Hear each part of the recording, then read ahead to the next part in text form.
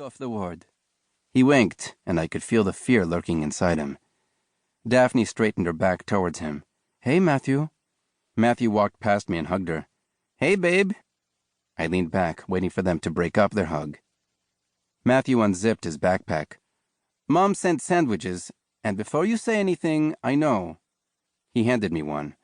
It was wrapped in a paper napkin with my name scribbled on it. I took it from him. White bread with chocolate spread. Matthew took out another sandwich and handed it to Daphne. Our mom had started treating her like family from the moment she abandoned the fantasy that Daphne would magically transform from a close friend into a girlfriend. I knew Mom had expected Matthew to fill the spot I didn't want, and I knew he tried. Moreover, I knew how much Daphne had hated turning him down. She said he wasn't her type, that he was like a brother to her, but I knew it was because he wasn't like us, and neither of us had the heart to tell him. I know, Matthew repeated, but she's just trying to help. I knew it was Mom's way of showing support from the first time she had sent Matthew to the pub with food for us, ignoring every social convention. She knew what kind of pasta each of us liked, and even made separate salads because I couldn't stand cucumbers and Matthew hated onions. But the announcement that another person was murdered in one of our rallies must have thrown her off balance. It wasn't like her to forget I don't eat chocolate. I handed Matthew the sandwich. You want one? His beaming smile almost made me grin. I thought you'd never offer. He wolfed it down in 3 bites. Want me to order you something? Daphne asked while nibbling her sandwich. I can't eat. I'm too... I waved the idea away. It's the Reed diet, Matthew said while chewing. Stage 1. Go somewhere that has lots of really sad people. Stage 2. Be too overwhelmed with everyone's feelings to eat. Stage 3. Vanish into thin air. I feigned a pout. His attempt at a joke might have worked had he himself not been overcome with fear and loss. He poked me. Come on, I'm just kidding. You forgot a crucial stage, I said, holding up a finger. What? Be born a moody, I replied and smiled. He knew me well enough to know it wasn't a real smile, just as I knew him well enough to read him without having to read him. I hate that term, Matthew scrunched up his napkin. It's offensive. I don't understand how you can use it.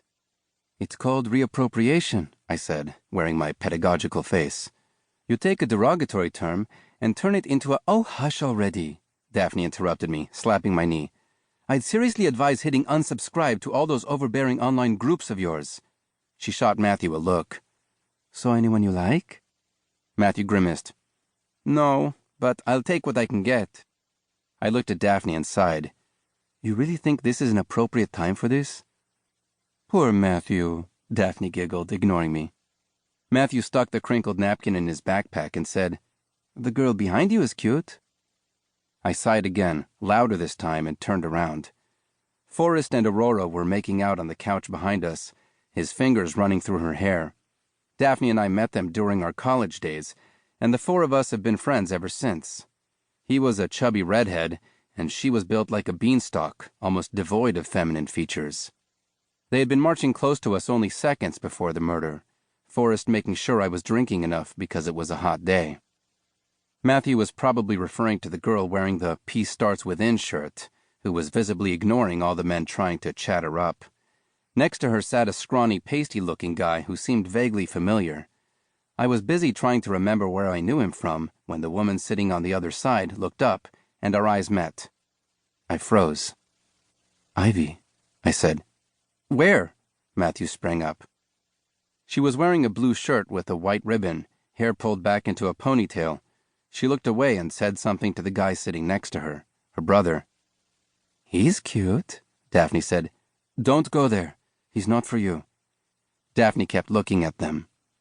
He's Ivy's brother. You don't want anything to do with him. If I was going to judge every person by their brother, Daphne said, cocking her head towards Matthew with a smile. Excuse me, someone standing above us said. It was Ivy's scrawny brother. I tried to recall his name. The last time I saw him, he was about to be released from the army. Then it came to me. Oleander. I saw my sister was making you uneasy. I asked her to leave. Oleander smiled at Daphne, clearly ignoring my presence.